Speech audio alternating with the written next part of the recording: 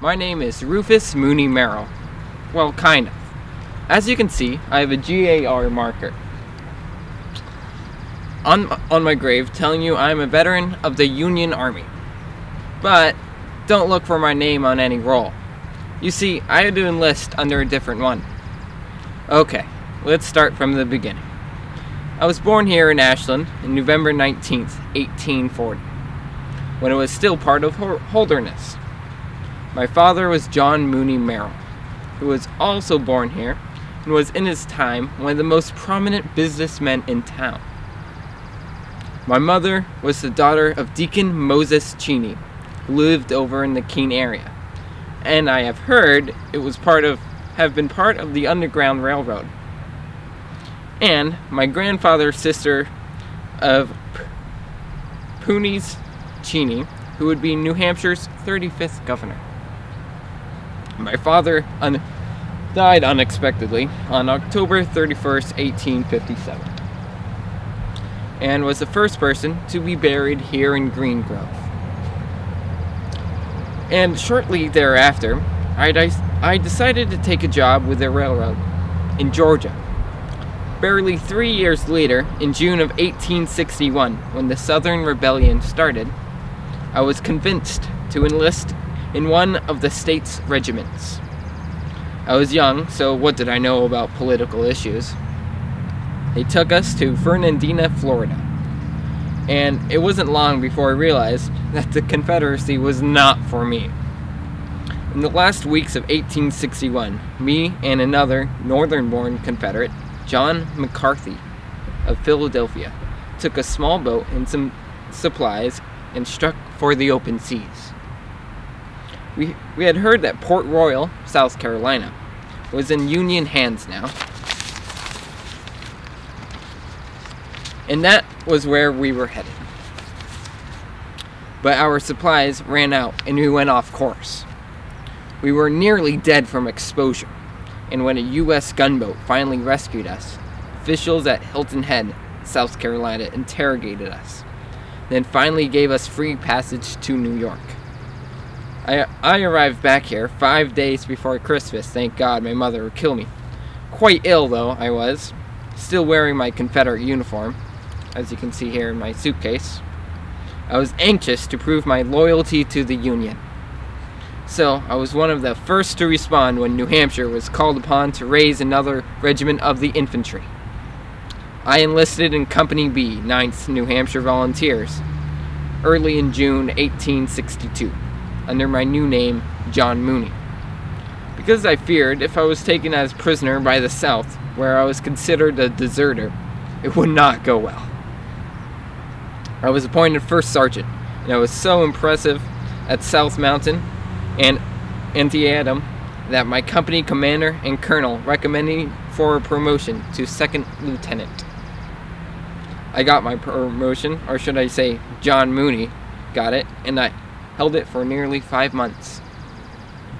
I participated in the Battle of Fredericksburg, and I endured the terrible winter of 1862 and 63 at Falmouth, Virginia. But illness overtook me, and when the 19th Regiment removed to Newport News, Virginia, let me tell you, there is nothing worse than some of those sheet iron crackers. They also called hardtack. They are the hardest crackers you will ever eat. But I did learn to drink coffee barefoot. Sorry, black for now today's spoken language, to help soften them.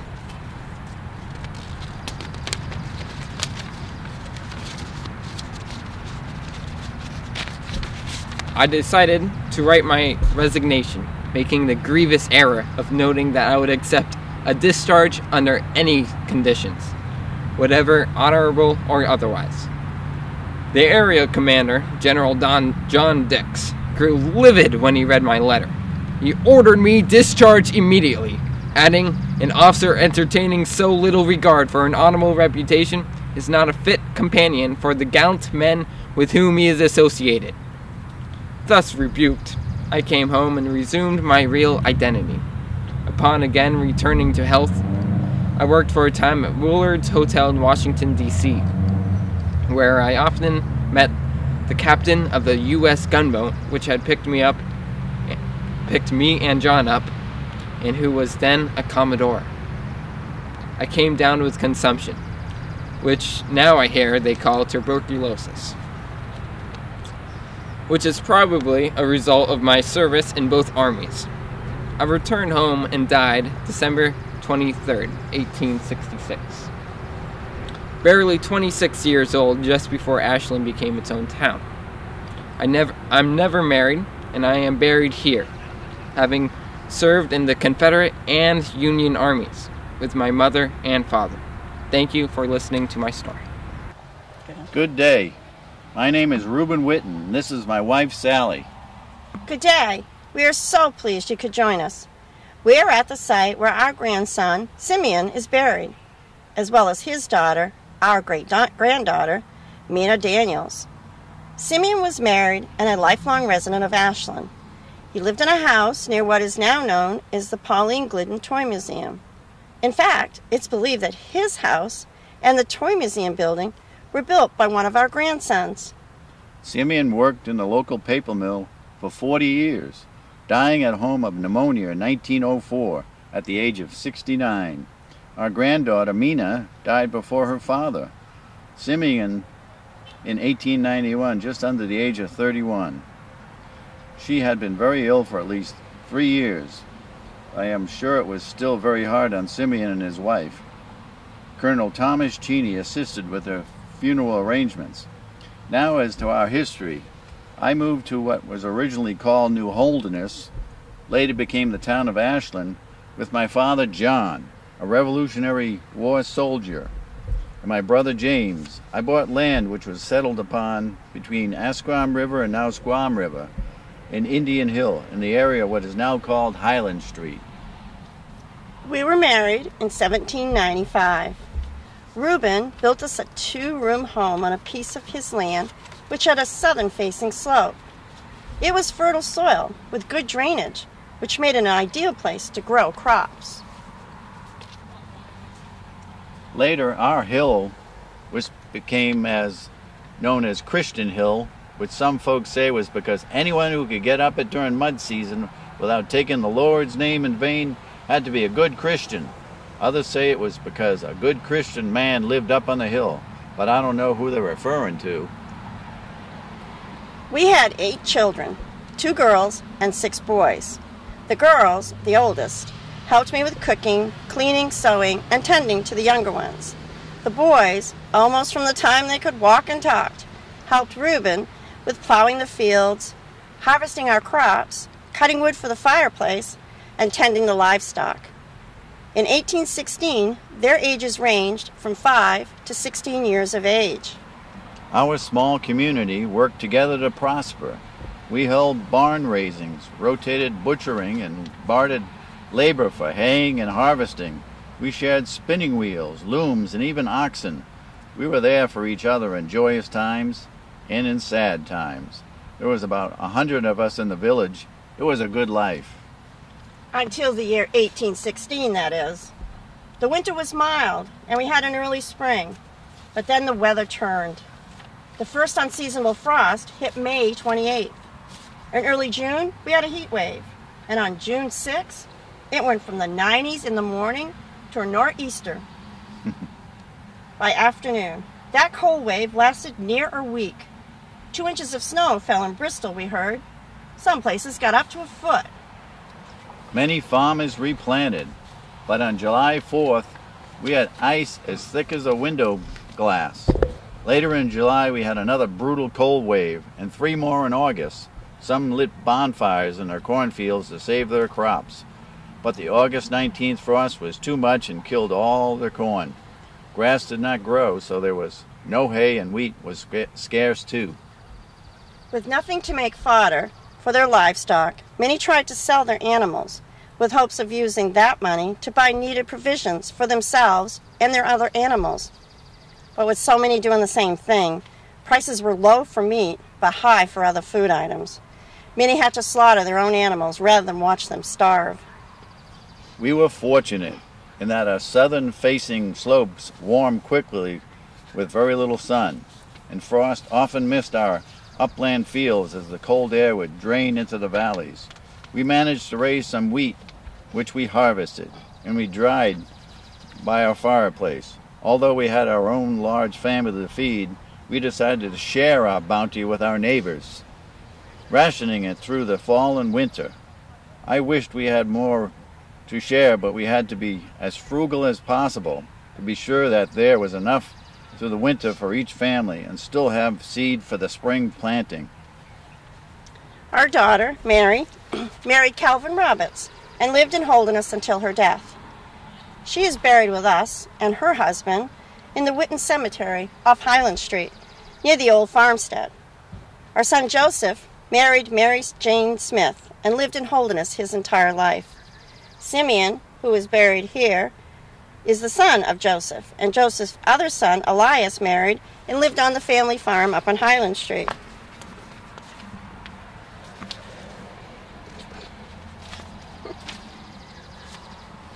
And later in a small house near the end of Highland Street. Our sons, Ezra, Ebenezer, and Daniel, all married and lived in Ashland.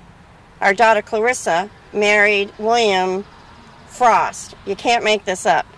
She moved to Boston. And our son Simeon married and moved to New York City, dying there at the age of 32. Our son John Colby, who was born after 1816, in 1817, married Betsy Marsh and stayed in Ashland as well. I left this earth, Reuben Witten, May 18, 1847, at the age of 76. Sally died in 1859, at the age of 84. Upon my death, the family placed a small granite stone with R.W. engraved in it on my grave. Shortly after that, the children of the families we helped over 30 years before, in 1816, raised money to buy a large headstone to honor me. In 1911, our oldest grandson, Mary's son Alfred, carved a memorial stone from a single block of granite to honor me. It reads, "Son of a revolutionary soldier, a pioneer of this town. Cold year of 1816 raised 40 bushels of wheat on this land which kept his family and neighbors from starvation." It's why this story is still remembered to this very day. Our little house was moved by oxen from Highland Street down to the center of town, near the ballpark, in the 1870s for mill worker housing. It was donated to the Ashland Historical Society in 1968, and they moved it to a granite foundation behind the Whipple House off of Pleasant Street. Through a community outpouring of financial support and volunteer work, they spruced up the outside, completing it in 2016, the 200th anniversary of the year without a summer. Although the inside looks pretty much the same as I recall it, even after all these years, except for a few layers of wallpaper and flooring, what a neighborly thing to do. I'm not much from politicking, but just wanted to mention that Congress seemed insensitive to the suffering of so many of us back in 1816. In fact, they voted to double their own salaries that year. While that didn't go over too well, we voted nearly 70% of them out of government that year, even our own Daniel Webster. Looking back on my time, I guess I could have made a lot of money during that year without a summer. 150 years would pass before the price of wheat was higher. But that's not what a good neighbor does. We strive together, we survive together, and we thrive together. And that's what makes a community. And that is what this house, our home, at that time, what it represents. Thank you for listening to our story. Did you see the headlines of the Manchester Union on Friday, the 28th of December, 1934? A fire leveled our former 50-room hotel and the hotel annex housing Whitcomb's Drugstore, one of the largest drugstores north of Manchester, as well as a 4-stall wooden garage behind the hotel. Mr. Whitcomb did rebuild in less than a year in a new facility which is now known as the Mountain Laurel Flower Shop. A fire started at 4 a.m. There was a 50-mile-an-hour gale force wind. Temperatures were 15 below zero. It is said the glow of the fire could be seen as far away as Lakeport some 15 miles. 100 firemen from towns far away as Laconia prevented the fire from spreading to our entire town. The Scribner home, now the Ashland Library, had been soaked by the firemen, but the Dean home, where the Legion parking lot now is, had not yet been soaked and became a total loss. They claimed that it is due to a broken window that had been covered with burlap. The fire came in through and totally destroyed it. That fire caused other structures to also burn to the ground. The water-soaked firemen became living frozen ice forms from the extreme cold. The wife of the then proprietor awoke to the smell of smoke and, looking out of the back of the hotel, saw the fire and immediately awoke her husband and children, and in her bedclothes went down the corridor, waking all the guests. No lives were lost. The Ashland Fire Department was called, and Chief Crowley, recognizing that the hotel would be a total loss, focused on saving the surrounding structures. He put out the call for other towns which came with equipment and men. Plymouth, New Hampton, Laconia, Holderness, Bristol all responded. They drew water from the Squam River. The Continental Paper Company and L.W. Packard Woolen Mill dismissed their workers to go assist the firemen. Fortunately, the wind shifted and the flames were going away from the Odd Fellows block. Firefighters and onlookers were in grave danger as the heat of the fire exploded the ammunition from the drugstore. Lead slugs were going in all directions, some through the windows of the Shepherd block where many of the occupants had been evacuated to so that they could keep warm while watching the fire. Fortunately, no one was hit. It was reported that the damage caused by the fire was estimated at $100,000.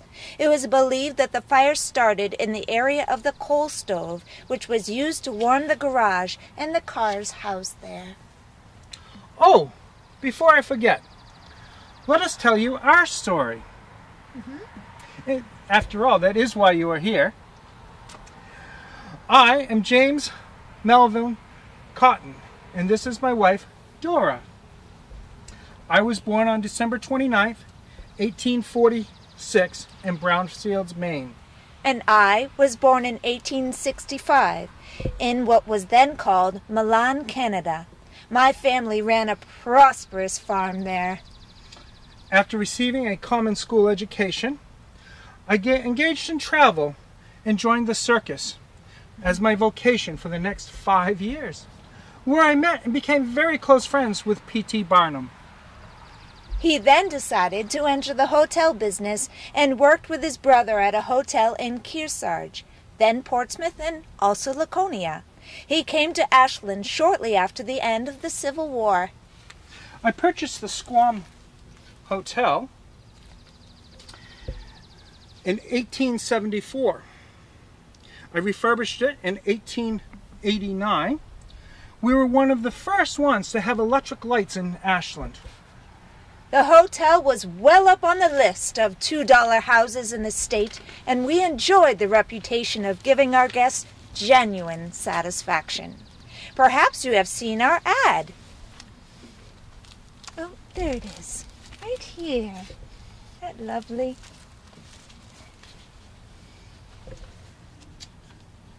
And I lost my place. In September of 1897, I was presented with a large mounted clock by the members of the White Mountain Travel Association for the fine way that we run our hotel and cater to the needs of our guests. You skipped a part, Yeah, I skipped a but that's section. okay. All right, where are you then? Oh, you missed the part about the hot and cold water in all rooms. I wanted to say that part, but that's okay. We had a bridal suite as well. I can talk about that, and 30 steam-heated rooms, and a large upstairs room used for meetings and sometimes town meetings. He became one of the best-known hotel men in New Hampshire. We even had our own bottles made. Oh, we almost forgot. There was a fire in the hotel annex, and when we owned the hotel, and the annex was occupied by Mr. Porter for his drugstore and barber shop. It was in March 1910 when the Shepherd Block across the street had just been completed. The barber arrived at about 7 a.m. to turn on the gas to heat the water, but the gas had been leaking all night long. When he lit the match, the whole room ignited the shop.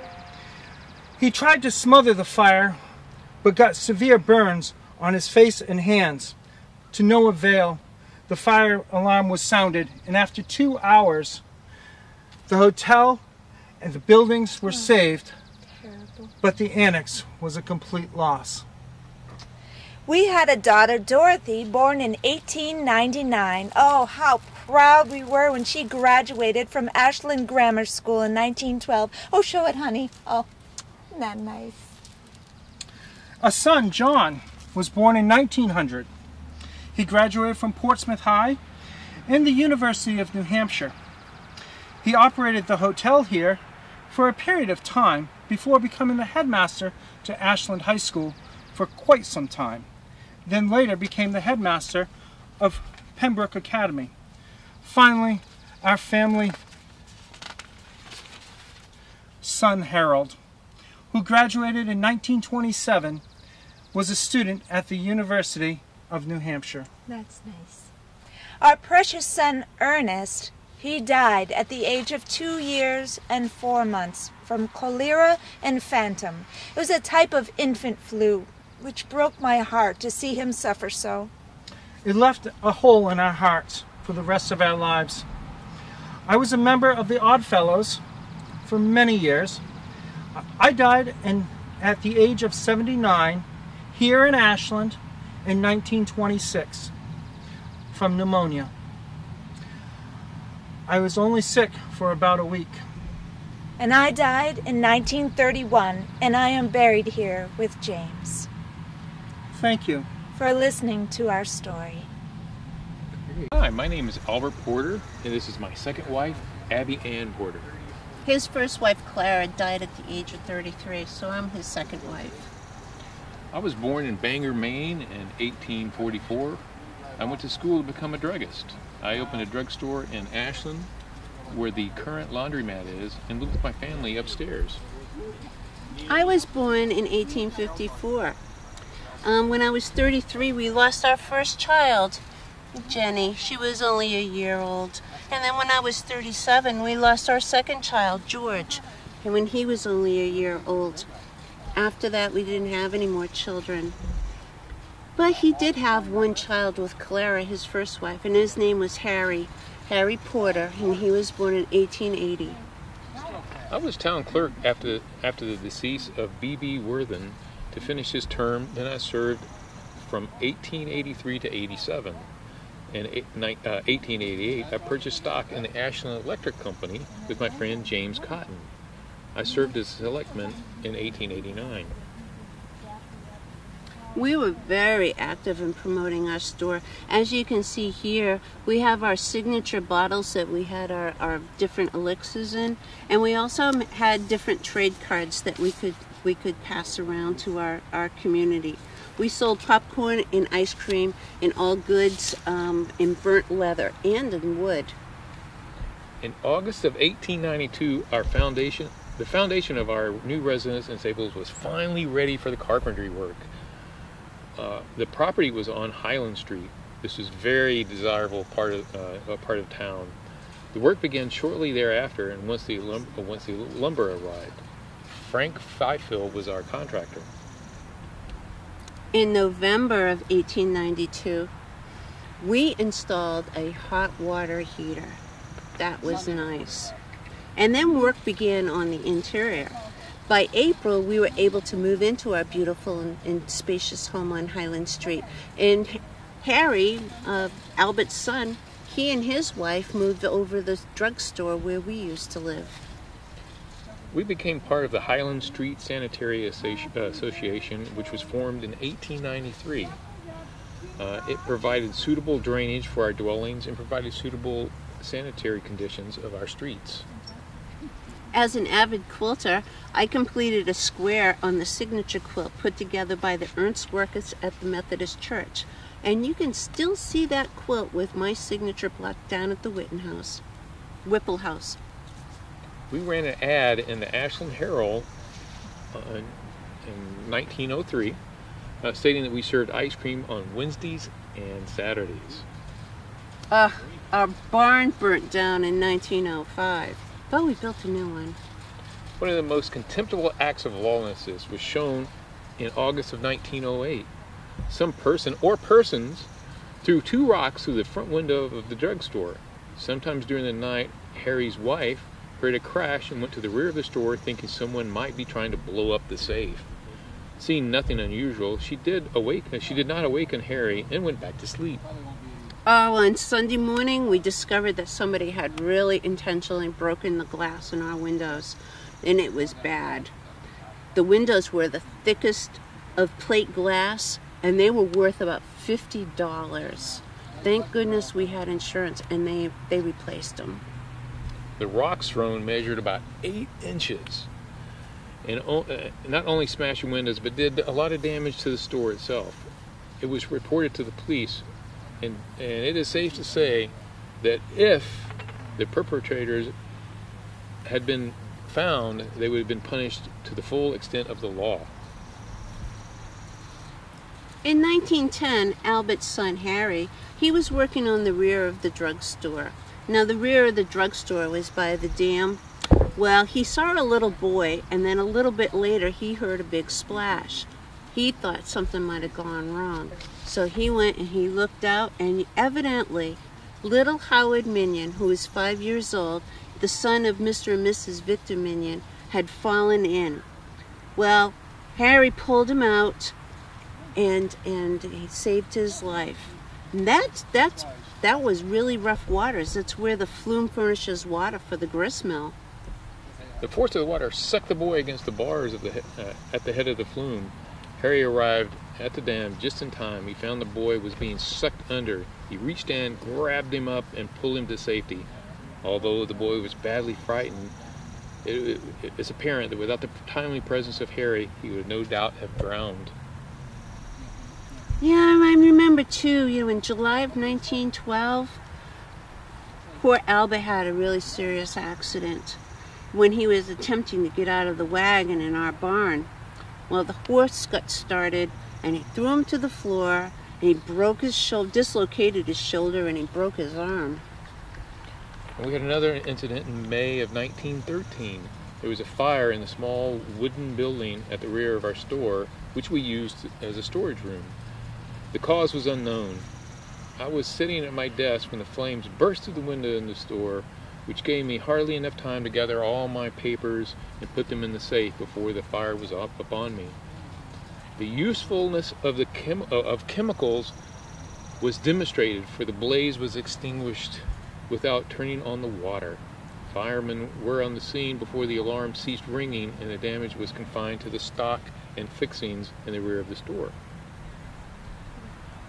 On Saturday, July 14th, 1917, this was at the time of World War I, and we ran a promotion for the Red Cross, and we said we would donate 1 cent for every bag of popcorn that we sold. You know what? I think the whole town of Ashland ate popcorn that day. Well, I died March 26, 1919, here in Ashland at the age of 75. And Abby, my wonderful bride, died at the age of 77 on April 13, 1931. Harry died in 1952. We do thank you for coming. My grandfather and grandmother. I'm talking about Harold Octave Landrock, Mike, as most people know him. He was born October 14th, 1923, and passed away September 23rd, 2000, at home with his family on Riverside Drive in Ashland. On his birth certificate, the midwife wrote down Octave Harold Landrock, as she misunderstood what his parents said his name was. Later in life, Mike had it changed to Harold Octave Landrock. He was one of 11 children born to Arthur Maximilian Landrock and Amazalia Tangy Landrock. They lived on River Street, only a few houses from the center of town. He attended the Ashland school system. He was the 8th child to be born, hence the middle name Octave. Mike loved baseball, which is where he received his name Mike. Mike enlisted in the service in February 2nd of 1943 at the time of World War II. He worked as a demolitionist in the Army and was at Omaha Beach, Normandy in June of 1944. He married Rhoda May Good on November 10th, 1951. They lived in Laconia, near Laconia Hospital, where Rhoda was in nurses training. They lived there for a year or so and moved back to Ashland. They had 6 children: myself, Michelle, Dale, Cheryl, Jerome, Susan, and Brian. Mike worked in several different professions over the years. He was a milkman, worked at the Ashland paper mill, the Ashland Police Department, chief of security at Plymouth State College. After he retired, he worked part-time at the Ashland hardware store on Main Street. He was also on the Ashland Board of Selectmen.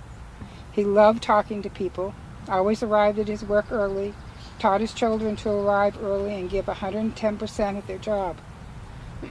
Caring about what you do, caring about the people you work with and those you serve, no matter what the job and how bad or great. Mike worked at Plymouth State College for years.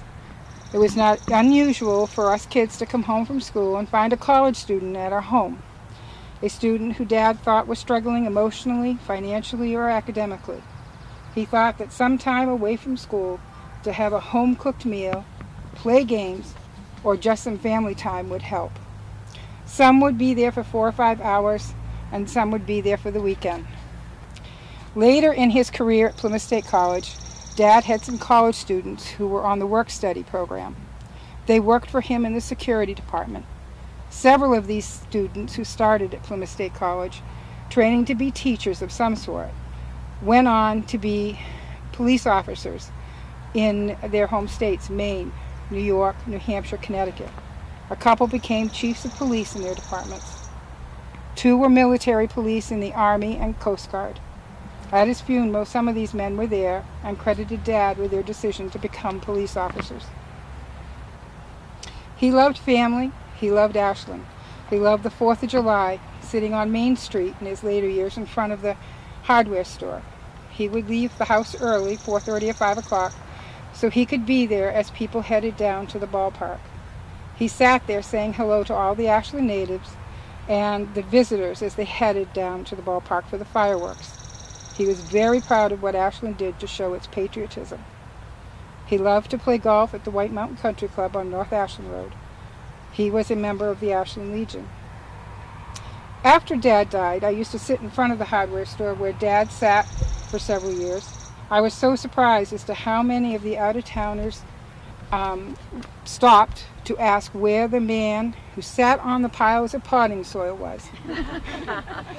They didn't know his name, but missed seeing him sitting there smoking his pipe and saying hello, giving directions, just waving or smiling. Growing up, Dad never spoke much about his military service with his family. All we knew was that he was proud to serve, but did not like to talk about what he experienced that day on the beach. All we knew was that he was proud to serve his country and demonstrated that in his everyday life with every job he held. In 1998, there was a movie that was called Saving Private Ryan. It was about Omaha Beach, Normandy, where a group of U.S. soldiers who go behind enemy lines to retrieve a paratrooper whose brothers had been killed in action, and he had to be returned home to his family alive. Brian rented the movie when it first came out. Dad only saw a few moments of it before telling Brian to get rid of the movie. He sobbed for quite a while. He later told Brian that it was as though he was back there again. The movie was like it was happening all over. He was proud of his service. He was very proud of his 3 sons and grandson of their military service. When Mike was stationed in North Carolina, he lost his dog tags. He had to get new ones before going overseas. Excuse me. Later in life, while his grandson Jason was stationed in North Carolina, a woman had found Mike's dog tags. She located Mike's address and sent them to him with a letter explaining where she found them. His grandson Jason was able to go and meet with the woman and thank her on behalf of his grandfather and his family. Over the years, Mike had a triple bypass, his voice box removed due to cancer and diabetes. He did not let any of that stop him from working and enjoying life. He was an awesome brother, man, husband, father, and grandfather. Thank you. Thank you very much for coming. My name is George Whipple, and this is my lovely wife, Catherine Ball Waring. You might notice by her accent that she's from South Carolina, Charleston to be exact. Hello, y'all.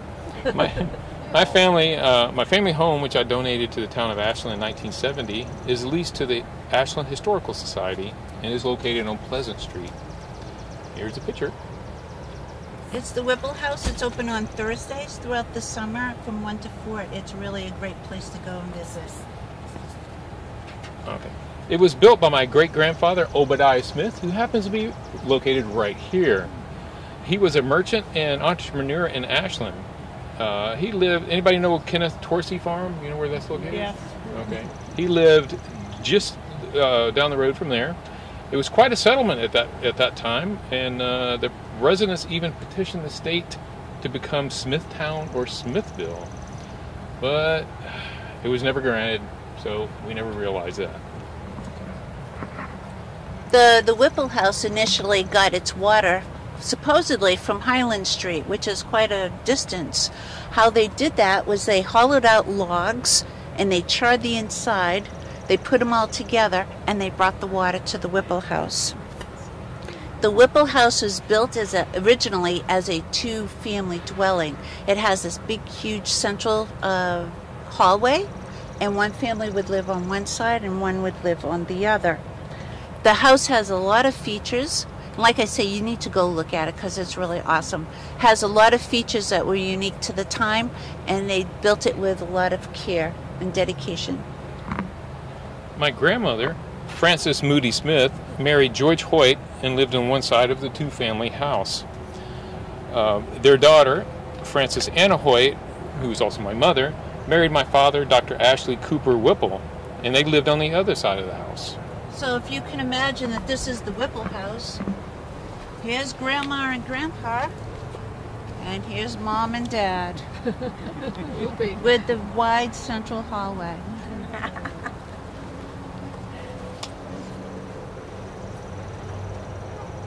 So and also inside the Whipple House, there's a big, huge quilt. It's white with red signatures embroidered upon it. And George's mother, actually signed one of those, and it's kind of cool to go in and see all those signatures of all the different people in town at that time. I was born at home in 1978 on August 27th. Maybe August 1878. 1878? I'm a little ahead of myself. What do you know? Both my grandfather and my father were doctors, so I was kind of destined to follow in their footsteps. However, I lost my father when I was very young, and he was also very young. He died at an early age of 38 of typhoid fever when I was just shy of my second birthday. Yeah, he had got typhoid from doctoring his patients because there was a great typhoid epidemic at this time. And then George's sister, Ashley, was born 4 months after their father died, so she never got to know him, but she was named for him. And when she grew up, she married Charles Platt, and they had 3 daughters, Frances, Elizabeth, and Dorothy. And so many of you might know Frances, and she happens to be right here, memorialized. Right here. She was a long-time librarian here in town. She died in 1994 at the age of 89. By the time I was 6, I'd lost both my grandfathers. So I'd lost my father and my grandfather. Was my maternal so I was raised by my mother and my grandmother. They impressed upon me the value of hard work and education. In my autobiography, I wrote about living in New Hampshire. I wrote that I had become interested in wildlife, camping, hiking, snowshoeing, skating, bobsledding, fishing, and hunting, as these were all essential parts of my life. Right, growing up in New Hampshire, that would be an essential part. But during his last year of grammar school, he became a disciplinary problem, and they kicked him out. So, That's my tie. so they transferred him to a school in Tilton, and that was kind of a big deal because he had to take the train there every single day. When he graduated from Tilton, he went to Phillips Andover Academy, and that's where he learned Greek and Latin, French, and German. He really hated those studies because it was a lot of memorization, but he was a good student. During my summers from school, I worked as a pilot on a steamer here on Squam Lake. I was also a medical camp counselor. I sometimes think that I learned just as much during the summer as I did in school. I was a prize-winning gymnast and oarsman, as well as an outstanding science student. I graduated from Yale with honors. However, funds were a little short, and I had to take a year off to teach math and science and serve as an athletic coach. With the advice and persuasion of his mom, she persuaded him to go on to medical school, and he went to Johns Hopkins. She assisted him with financially with a small inheritance that she had, so he went. With an exception of 1 year when he went to work down on the Panama Canal, he worked at the pathology section of the Johns Hopkins, and he became a professor in 1909. When George and I were married in 1914. He was 34 and I was just a mere 26. We had a son, George Hoytwithel, born in 1917, and his sister Barbara was born in 1921. It was a good wedding, but a great honeymoon. We spent a whole month camping on Lake Winnipesaukee. Just a canoe and a tent, that's all we needed. Shortly thereafter, I became director of the Hooper Foundation for Medical Research, and I became a professor of research medicine at the University of California in Berkeley. And so we had to move to San Francisco. However, in 1921, I was invited to Rochester, New York to design, staff, and organize a medical school for the University of Rochester. Right, and in Rochester, he was the dean of the medical school until 1953. He had a long and distinguished career. In fact, in 1934, along with Doctors George Minot and William Murphy, he won the Nobel Prize for Medicine. And it was for their discoveries about pernicious anemia, which is what anemia does to the liver, I think. And it was deadly back in those days. After retirement, I used to see him sitting in his office, bare brick walls, a bare floor, and he'd just be sitting there on my three-legged stool, doing his research and his studying and what he would like to do in his office. And our friend Dr. William Fenn wrote, "With wisdom born in New Hampshire's hills and a high disdain for useless frills, he sat him down on a three-legged stool, and man by man there grew a school." I felt that teaching and research represented the ultimate pleasure and satisfaction of my career. Upon my retirement, however, you could find me either hunting or fishing. I died in 1972 at the age of 97, and my ashes were scattered in Rochester Mount Hope Cemetery. I hope to be remembered as a teacher. My lovely wife died in 1979 at the tender age of 91. I hope you enjoyed the presentation, and thank you very much for coming. Hello there. My name is Jonathan French Keyes. I was born August 25th, 1811 in Hancock, New Hampshire. Both my brothers died at the age of 18, one in 1826 and the other in 1837. At the age of 17 years, I went to learn the paper-making business and ran a paper mill in Bennington, New Hampshire. In 1848, I moved my plant to the site of the knitting mills here in Ashland. I am his third wife, Abby. and 15 years younger than he is. I was born in 1826 in Lincolnville, Maine. His first wife, Mary, was the mother of all of his 10 children. She died at the age of 41 on December 18, 1852, the same day their twins, a boy and a girl, were born. The baby girl, Mary, died February 14th at the age of 1 month, 3 weeks, and the baby boy, Joseph, died February 19th at 2 months, just 5 days after his baby sister. His second wife, Susan, who he married in September 1853, died at the age of 81 when he was 80. I ran my paper mill here, which included producing manila wrapping paper, until 1861 when my business failed. My assets were only enough to pay my creditors 50 cents on the dollar. All our friends rallied around and helped me start a store. I was able to repay all my creditors and backers in full from the profits I made in the store. What a proud moment for me. I was actively involved in the town of Ashland's decision to break away from Holderness. In 1872, he led the movement to incorporate the Ashland Savings Bank and built the so-called Brooks Block the same year. He was treasurer and secretary of the bank. I also served as postmaster for a number of years under President Pierce and selectman and town treasurer in this fine town. I was chairman of the Board of Education for 6 years, was county commissioner 2 terms, president of the Grafton County Agricultural Association some 12 years.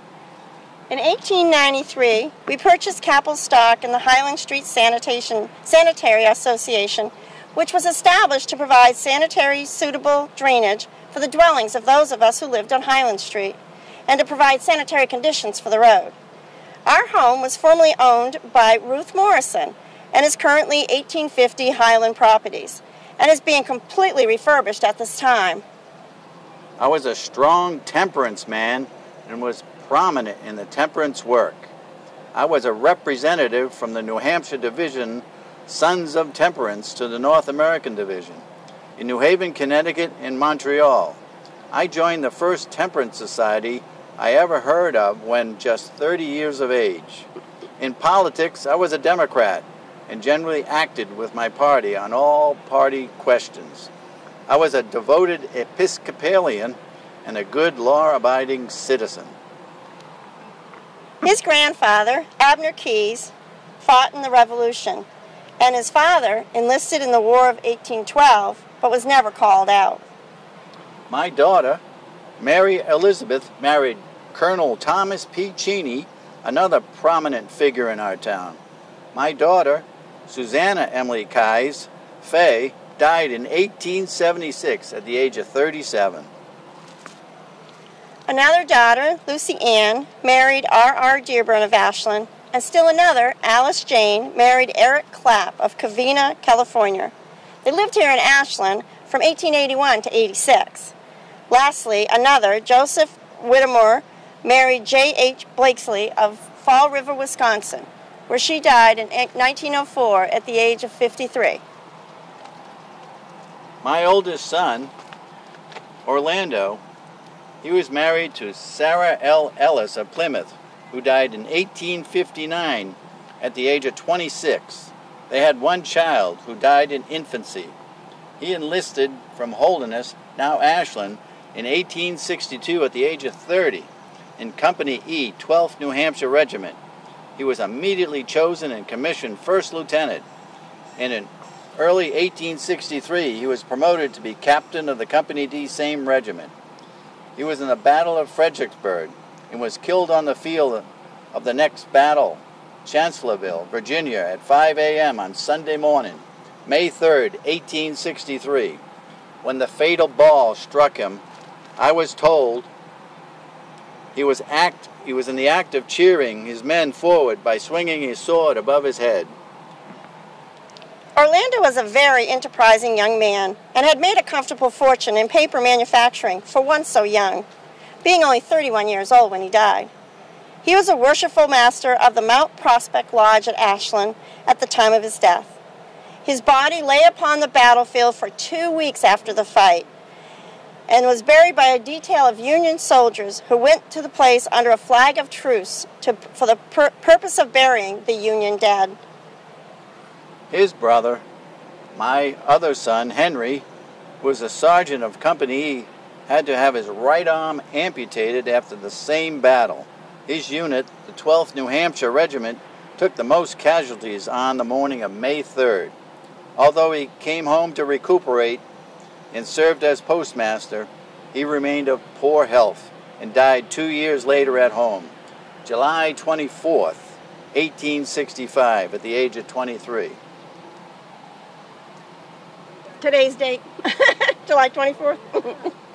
On Christmas Day, that same year of Orlando's body was taken up my son-in-law, Colonel Tom Cheney, and brought home. He was finally buried from the Episcopal Church in Ashland with Masonic honors. His body lies right here in Green Grove Cemetery, and his grave is marked with a marble shaft. He's on the other side right here. Is it around that back? Yep, right there. Right there. His sweet daughter, Fanny, died at his home at the age of 45 years, the same year his second wife died. Fanny had been in poor health for some time and was confined to her bed at the end with a complication of diseases, most notably a fever. A beautiful and impressive funeral service of the Order of Eastern Star was performed by Mount Hope chapter, of which Fanny was a member. Most memorable was the cross emboldened on a small pillow with the initials E.W. for the earnest workers of the Episcopal Church. Her grave was beautifully lined, sides and backs, also by the earnest workers with evergreens. I died February 9th, 1899 at 1 o'clock a.m. at the age of 87 years. I had been in failing mind for 3 or 4 years, and they believe that mental disease caused my death. My funeral took place at home and was attended by a large number of my friends and neighbors, as the very cold weather that prevailed would permit. E.G. Gammons was the undertaker. It was an Episcopal burial service. Hiram Hodgkin, J.M. Cotton, Edward L. Shepard, E.P. Warner, and J.F. Huckins were my pallbearers. The newspaper reported that his remains were reposed in such a nice broadcloth-covered casket, and his face presented such a pleasing expression which produced a good effect on all who saw it. I completed a square on the signature quilt of the earnest workers of the Methodist Church, which is on display this summer in the Whipple House. I survived Jonathan by a little over 20 years, dying in 1920 at the age of 94. I'm buried in Manchester, where my first husband died at only the age of 38. Thank you. Thank you. Good job. Good afternoon, folks. Welcome to my site. I am Arthur Washington Harriman, 7th generation from my great-grandfather Leonard, who arrived in Raleigh, Mass. in 1639. Leonard was a weaver of wool sheathing. The first 3 generations of Harriman stayed pretty close to the coast, but my grandfather Thomas settled in Plymouth, New Hampshire in 1778. Thomas was a cordwainer, trained in the sewing of leather goods. He had a cash crop of 100 sugar maples, as well as he did some logging. My father, Arthur Luther, got the railroad bug and went to Lowell, Massachusetts, and became an engineer. And my mother, Mary Gale, came to Holderness, now Ashland, and purchased land on both sides of Depot Street. By cracky. I was born in 1839 and married my sweetheart, Abby Martin, in Lancaster, New Hampshire, 3 years ago. This past December, we had our first child, Martha. She is a joy. We brought her here today to give my wife a break. This is my sister, Abby. And 2 Abbies in the house, no problem. They know me by the tone of my voice, whether I'm calling my sister or my sweetheart. We bought the house on Depot Street across from my folks. Looking around this area, you'll see many Harrimans. We're all descendants of Leonard. Just over there, you'll see my cousin, William Walker Harriman. He was in the Civil War, wounded at the Second Battle of Bull Run, and was taken prisoner. I was called to service, but I lost my right eye in a childhood accident, and I guess they didn't trust my aim after that. Back to a lighter note, I would like you to note this nice cradle. See that cradle right there? I made little Martha. I whittled it out of poplar wood, and this ice box, Pa and I made together. Sure great for storing food on these hot days. A nice chunk of ice can last a couple of days if you keep it in the shade. Between Dad and I, we kept busy, Pa doing shifts on the rail and farming, and me working at the paper mill. Maybe you note in the New Hampshire Farm Magazine last October 10th, our corn was up 8 feet, and we planted it June 1st. I don't know with this heat whether it will do that well this year. Hoping. Pa and Ma take in boarders with the kids gone, empty rooms. They have 2 railroad workers now. Seems I have talked long enough. Maybe my sister has something to say. Welcome. Yes, I live with my brother and his wife, and again, not far from my folks, so I'm a help to both. With boarders at the house, there's always laundry and cleaning to do. We get up early and we prepare lunch boxes for men working on the train and those working the lines. Ma delivers them to the 7:37 train north in the morning. Helps add to the savings. Always got to save for a rainy day. I work at the paper mill, bookkeeping and clerking. That's where I learned the banking and saving business. Like Benjamin Franklin said, a penny saved is a penny earned, and us Harriman are very good at savings. I take that as a compliment when comments are made about how tight we are with the nickel. That isn't all they say about me. Do you know what this is? Yeah, this is my best friend on a cold winter night. I just heat it up on the stove and I carry it upstairs with me. Keeps me cozy all night. I'm now 34 years of age, never married, no steady beau, so you hear names like old maid and spinster. But that doesn't bother me in the least. What's in my bank account is what makes me proud to be a single woman with stocks in the railroad and gas lighting. Do you know in the city they are lining the streets with gas lighting, and some homes now have gas lights? The Harrimans have always been very strong Methodists. We do not have a church in town, but we have shared space with other meeting houses and the Episcopal Church. We hope to have our own church in a few years, and I'm a very strong member of the Temperance Society. Do you know, folks, since we got these mills in town, the men are now making $1 a day, $5 and $6 a week.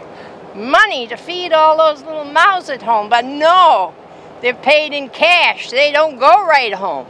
The sins of the local saloon, call them. The wives and kids are cut short another week when the money is lost before we go home. We must close the saloons. If you want to get a glimpse into the future, you'll see by the 1870s I've invested in land, 1 3-acre parcel in Ashland, and 40 acres on the west side of Ashland and into New Hampton. I'm the owner of the leatherboard mill on Collins Street, and I employ Arthur now as my foreman, and many of my nephews work at the mill. In 1886, at the age of 52, I become a June bride to Stephen C. Baker, a local widower of prominence in the town. He was versed in the working of leatherboard and strawboard mills, superintendent of the Sunday school and the choir for 20 years, and he filled many town offices, including tax collector. He was an earnest temperance worker too, and served as a grand worthy patriarch.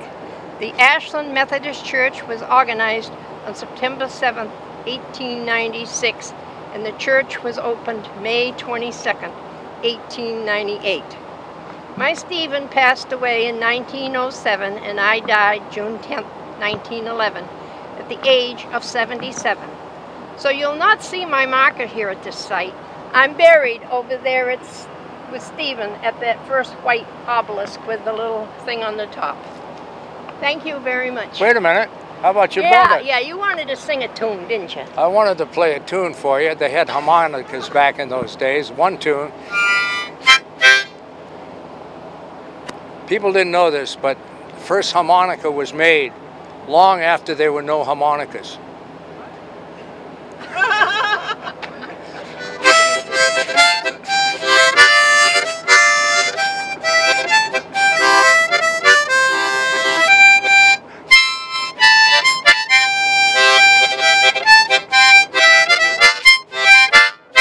There it is. Thank you, everybody.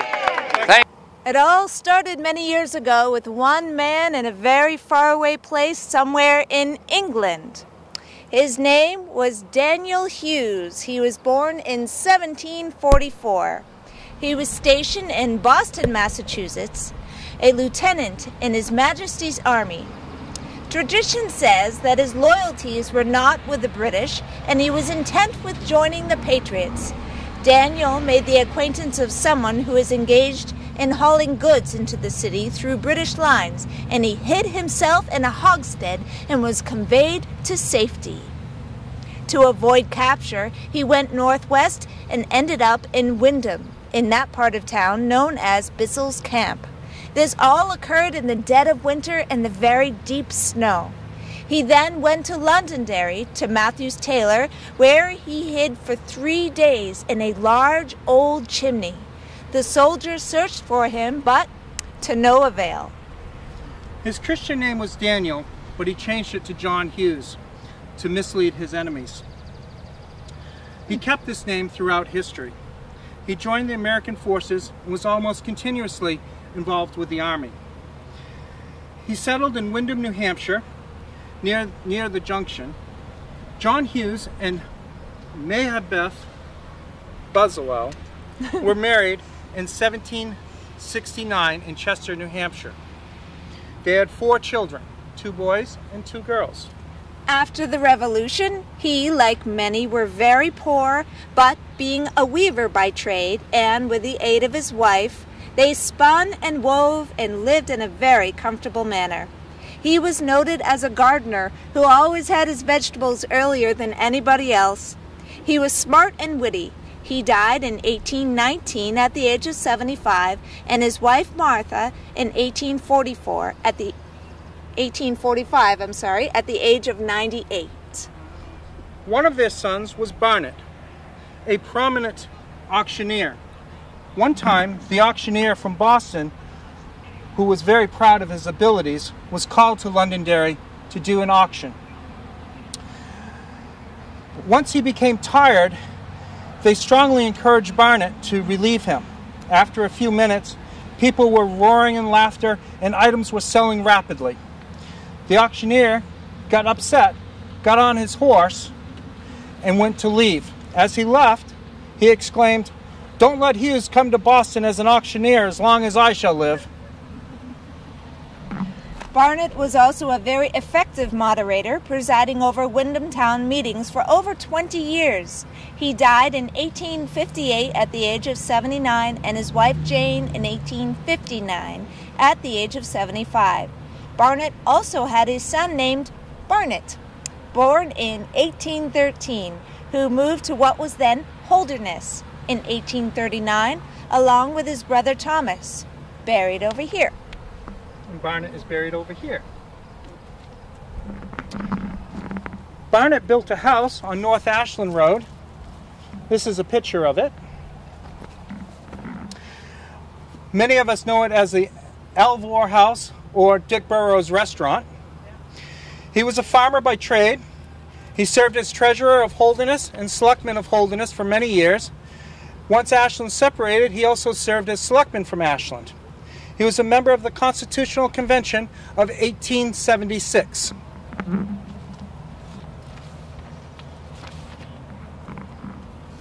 His first wife, Martha, of Franklin, New Hampshire, and they had 6 children. Frances was a member of the band for the 3rd New Hampshire Volunteers. Mary Jane married and moved to Wisconsin. Twin girls Charlotte and Harriet were born in 1846. James Barnett was born in 1852, and John Cutting in 1859. Harriet, who was born here on North Ashland Road, the day of her wedding, she was 20 years old, she left for New Mexico. She married a Union cavalry officer. They went throughout the whole West. She followed him throughout his career through the Indian Wars. Once he passed away, she moved back here to her original house on North Ashland Road where she died. She was born and raised in the same house and died there, yet she lived a very exciting life. She is buried in Arlington National Cemetery with her husband. George Kendall was born in 1844, a member of the 1st New Hampshire Volunteers, and later joined the 12th New Hampshire Volunteers. He was in the Battle of Chancellorsville, Gettysburg, and finally at Cold Harbor. At Cold Harbor is where he passed away, killed by a gunshot from his own cannon. It had fired, it had hit a tree, the tree had splintered, and pieces of the wood ended up embedding in his back, and there he passed away. Martha died July 1862, and Barnett then married Esther Jane, daughter of Samuel Baker, June 12, 1866. Their daughter, Lucy Ashland, born October 17, 1868, was the first child born in newly incorporated Ashland. She married Dr. Jonathan Cheney, a son of Colonel Tom Cheney, December 2, 1887. Their second child, Frederick, living only one day, in August 24, 1872. Lucy Ashland Hughes Cheney completed one of the squares on the signature quilt, which was put together by the earnest workers of the Methodist Church, which is currently on display at the Whipple House. Lucy is buried with her parents here. Her infant daughter, Lucy Maud, who died in May of 1893 at the age of 5 weeks with throat and lung disease, is buried in the Cheney lot and Mr. Dr. Cheney. The other daughter, Mary Esther Cheney Chase, was born October 24th, 1888. She passed away on November 2nd of 1980. John Cutting Hughes, a son of Barnett, was born on Christmas Day, 1859. He married Alice May Boynton, October 27, 1892. He worked in the Continental Paper Company. He died May 8, 1931, at the age of 71, of pneumonia, collapsing after walking from his house on School Street to go see Dr. Orton on Highland Street. It was the day after his grandson, Lawrence, was born in his home.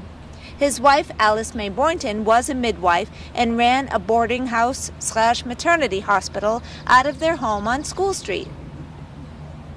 John Cutting's son, Francis, was born December 31st, 1899, the last day of the 1800s. His son, Lawrence Pauley Hughes, was born July 4th, 1902. Bert Kendall Hughes, his grandfather, was born August 25th, 1897, weighing 10 pounds. Bert Kendall Hughes and Mary Elva Morrison of Bristol were married September 27, 1930. Mary was known for organizing various Ashland Town functions, including the smorgasbord. I don't like that word. And Bert, with his brother-in-law Nate, started what is now the tradition of fireworks in Ashland. On July 4th, 1957, they placed 3 sticks of TNT in 3 trees at the ballpark, and at dusk touched them off. This became more elaborate, and in 1961, the town of Ashland purchased the first town display, which the Hughes family continued shooting off until 1980. Since 1981, Atlas Fireworks have been doing them. They also love to travel and camp. Bert died in July 3rd of 1968 at the age of 70. Mary Elva Morrison Hughes was born May 20th, 1905. She died on the 18th of October, 1969 at the age of 64.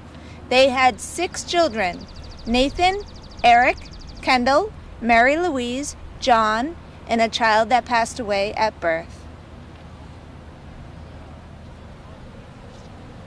John Cutting Hughes, my dad, was born on December 4th, 1939, to Bert Kendall and Mary Morrison Hughes. He graduated high school in 1958 and served in the Air Force. He also served our community faithfully as a selectman, Boy Scout leader, town welfare officer, health officer, utility commissioner, amongst other things. He was a fireman and rose to the rank of deputy chief. He also was past president and treasurer of the New Hampshire Firemen's Association. He died this past November 16th, 2017 at the age of 77. He married Elaine Avery, who also grew up here in Ashland, worked at the paper mill, owned various craft stores and businesses, and established Elaine Hughes Realty Group, LLC. She passed away on May 2018, 5 months after my father passed away. She passed away of a broken heart. They were married for 50 years. They had 6 children, myself and my 5 sisters, one of which is sitting there: Suzanne, Marika, Kathy, Debbie, and Annie. I am their son, Kendall Burt Hughes. I raised my 4 boys here in this community, and I married my darling wife on July 24th, 1993, and we look forward to living here for many, many years to come.